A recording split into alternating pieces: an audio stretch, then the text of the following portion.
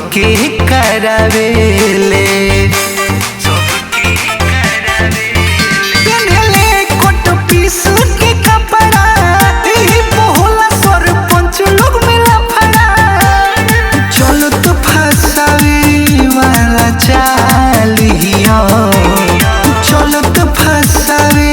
वाला चालिया छोड़ी तो मुखिया जी के मालिया छोड़ी तो मुखिया जी के मालिया छोड़ी तो मुखिया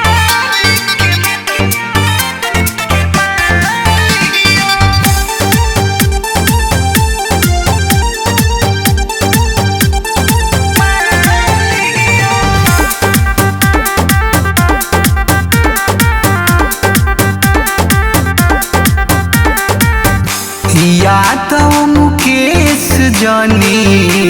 एकरा पढ़ भीम अफीम पी के भोल ही तू रह